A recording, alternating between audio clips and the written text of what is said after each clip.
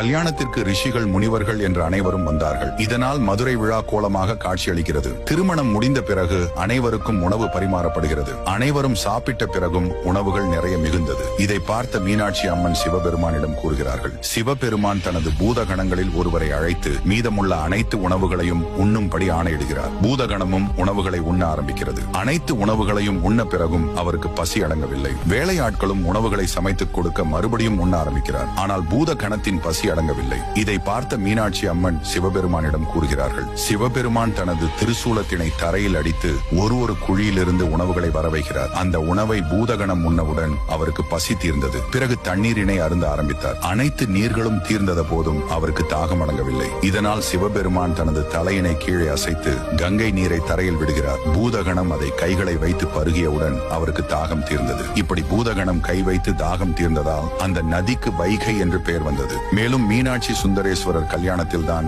வைகையை உருவானது.